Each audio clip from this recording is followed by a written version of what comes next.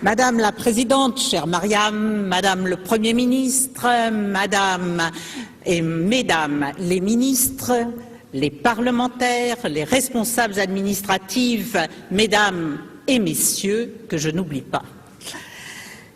Ce qu'un homme fait, une femme doit pouvoir le faire. Cette leçon, je l'ai reçue quand j'avais 10 ans, de la part de ma mère, qui avait, avec mon père et aux côtés de mon père, été dans la résistance contre le nazisme en France pendant la Deuxième Guerre mondiale. Et c'est ainsi que j'ai été élevée, par des parents qui considéraient qu'un garçon ou une fille devait être apte à remplir les mêmes activités et les mêmes postes. C'est de là qu'est née ma conviction. Ce n'est pas une conviction féministe. Je ne considère pas que l'on doit revendiquer simplement parce qu'on est une femme certains postes. Mais j'estime que c'est la compétence qui compte et que dès lors qu'une femme a les mêmes ou plus de compétences qu'un homme, il est logique que ce soit elle qui occupe les fonctions. Alors que je n'admettrai pas qu'on nomme une femme simplement parce qu'elle est une femme, même s'il y a un homme plus compétent qu'elle. Ce que je crois, c'est que la compétence est essentielle, de la même façon qu'est essentielle la spécificité, la complémentarité que les femmes peuvent apporter, notamment dans les fonctions politiques.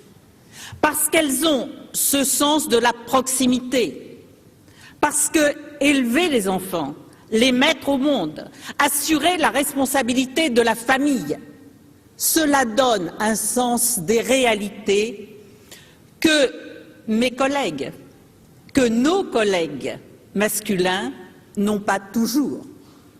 Eux qui souvent sont préoccupés de leur carrière, plus que de répondre aux besoins quotidiens.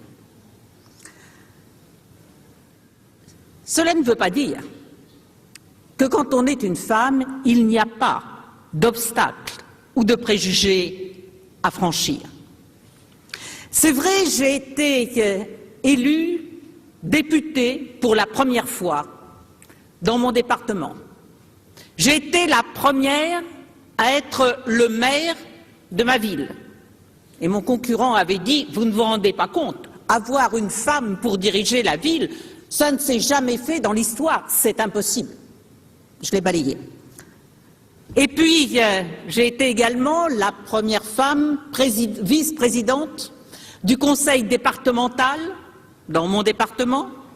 Et c'est vrai qu'ensuite, j'ai été la première élue comme présidente d'un grand parti politique en France, le parti gaulliste, qui s'appelait le Rassemblement pour la République. Et puis ensuite, j'ai occupé effectivement certaines fonctions qui ont été rappelées de ministre de la Défense, de ministre de l'Intérieur, de ministre de la Justice, de ministre des Affaires étrangères. Et je vais vous dire une chose, à vous toutes, qui, je l'espère, allez vous lancer activement dans la politique. Le plus difficile, ça n'est pas d'être une femme pour diriger ces ministères. C'est d'être la première. Parce qu'en étant la première, on vous regarde davantage. Bien entendu, ceux qui veulent vous critiquer et qui n'admettent pas qu'une femme occupe ces fonctions. Mais également les autres femmes qui ont peur aussi que l'on commette une faute, une erreur, qui serait utilisée pour dire « vous voyez bien qu'une femme ne peut pas occuper de telles fonctions ». Et je vais vous dire une chose, c'est que ma plus belle victoire, ça n'est pas d'avoir occupé ces superbes ministères où j'ai été très heureuse. Ma plus belle victoire, c'est que ce soit devenu quelque chose de banal, quelque chose de naturel. Quand j'ai été nommée ministre de la Défense, c'est vrai que les militaires m'ont regardée, et pas simplement les militaires, mais également un certain nombre de chefs d'État et de gouvernement dans les pays étrangers, en disant comment une femme à la tête des armées, à quoi a pensé le président Chirac. Et puis, ça s'est pas trop mal passé, j'y suis restée plus de 5 ans. Et ensuite, quand j'ai été nommée ministre de l'Intérieur, c'était aussi la première fois qu'en France, il y avait une femme ministre de l'Intérieur, et ça a paru tout naturel aux policiers et aux gendarmes. Et ça a paru tout naturel aux juges, et ça a paru tout naturel aux ambassadeurs quand j'ai été nommée ministre des Affaires étrangères. Alors, oui, je pense sincèrement que ma victoire, plus que d'occuper ces postes, c'était que l'on ne s'en étonne plus, ce qui voulait dire que désormais, toute femme pouvait occuper ces fonctions et qu'il n'y avait plus ce recul. La deuxième chose qui m'a fait vraiment plaisir, c'est d'avoir pu faire bouger des mentalités non seulement en France, mais aussi à l'extérieur. Vous savez, les premières fois où je suis allée dans les pays du Golfe, en Arabie Saoudite, ça a été mon premier voyage, au Koweït, aux Émirats Arabes Unis, au Qatar, en Oman. C'est vrai qu'on m'a regardé, et les chefs d'État qui m'ont tous reçu m'ont regardé avec un regard plutôt curieux. Et quand j'y suis retournée quelques mois plus tard, un certain nombre d'entre eux m'ont dit « Ah, ça nous a donné l'idée de mettre une femme au gouvernement ». Et j'y retourne depuis assez régulièrement et je vois de plus en plus de femmes. Et finalement, c'est ça qui me fait le plus plaisir. Et puis, ma troisième victoire, ça sera qu'il y ait de plus en plus de femmes qui revendiquent un rôle en politique. Parce que ça, c'est une chose qui m'a beaucoup frappée, notamment quand je dirigeais le Parti gaulliste. C'est qu'il faut aller chercher les femmes pour qu'elles acceptent de se lancer dans la politique. Elles trouvent tout à fait normal de s'occuper de leur famille, voire d'avoir une activité professionnelle ou de diriger une association. Mais la politique, ça leur paraît quelque chose d'extérieur. Alors que la politique, c'est ce qui fait, ce qui conditionne notre vie de tous les jours. Nous le voyons bien, vous l'avez dit, chère Marianne. C'est vrai qu'en fonction de ceux qui font la politique d'un pays, eh bien, il y a plus ou moins de liberté, il y a plus ou moins d'égalité, il y a plus ou moins de justice, il y a plus ou moins de tolérance, il y a plus ou moins de volonté d'apaiser une situation, de recherche de la paix ou au contraire de recherche des conflits. Eh bien, moi, je vous dis à vous toutes, oui, vous devez faire de la politique. Et je le dis en particulier aux plus jeunes, faire de la politique, c'est faire la vie, pas simplement la sienne, mais celle de ses enfants, celle de ceux qui sont autour de nous. Nous avons besoin qu'il y ait davantage de femmes en politique. Et il y en a qui sont ici pour vous dire que oui, c'est possible.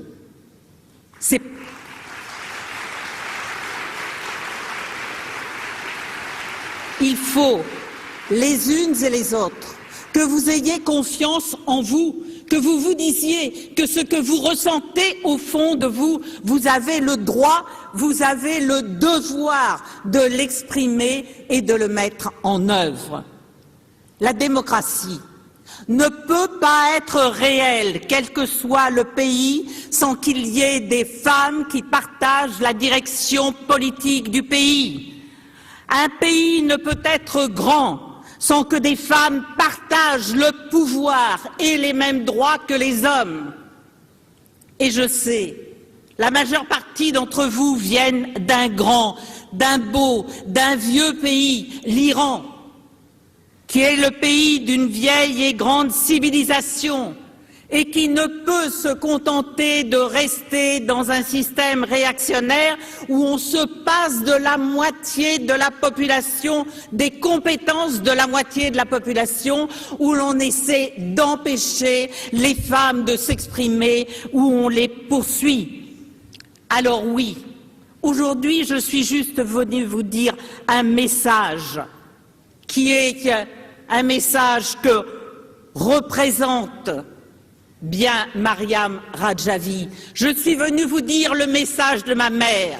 Quand on veut, on peut. Si vous voulez, vous pouvez.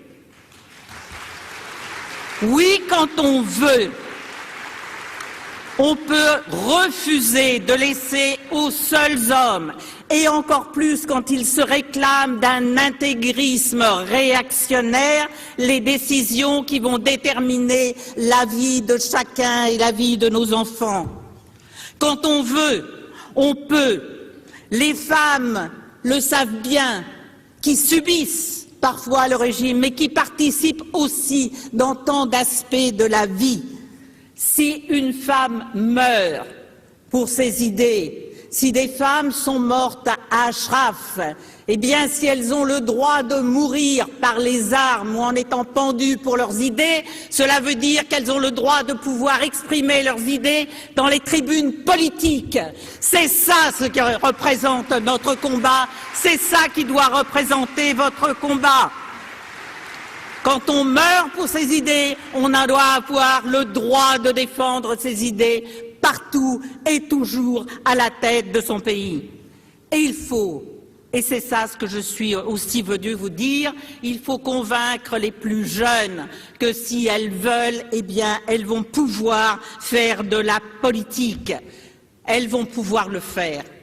Oui, il ne s'agit pas de nier les difficultés. Et ça m'est très facile, à moi, qui suis ici en France, de vous le dire aujourd'hui, alors que je sais que c'est si difficile dans des pays comme l'Iran, alors que je sais qu'il y a des femmes qui risquent leur vie ou leur liberté pour dire les mêmes choses que celles que je dis aujourd'hui. Alors ce que je veux simplement dire ce soir, oui, nous pouvons si nous sommes toutes ensemble, mais je le dis avec beaucoup d'humilité, parce que je pense aux femmes d'Ashraf et de Liberty.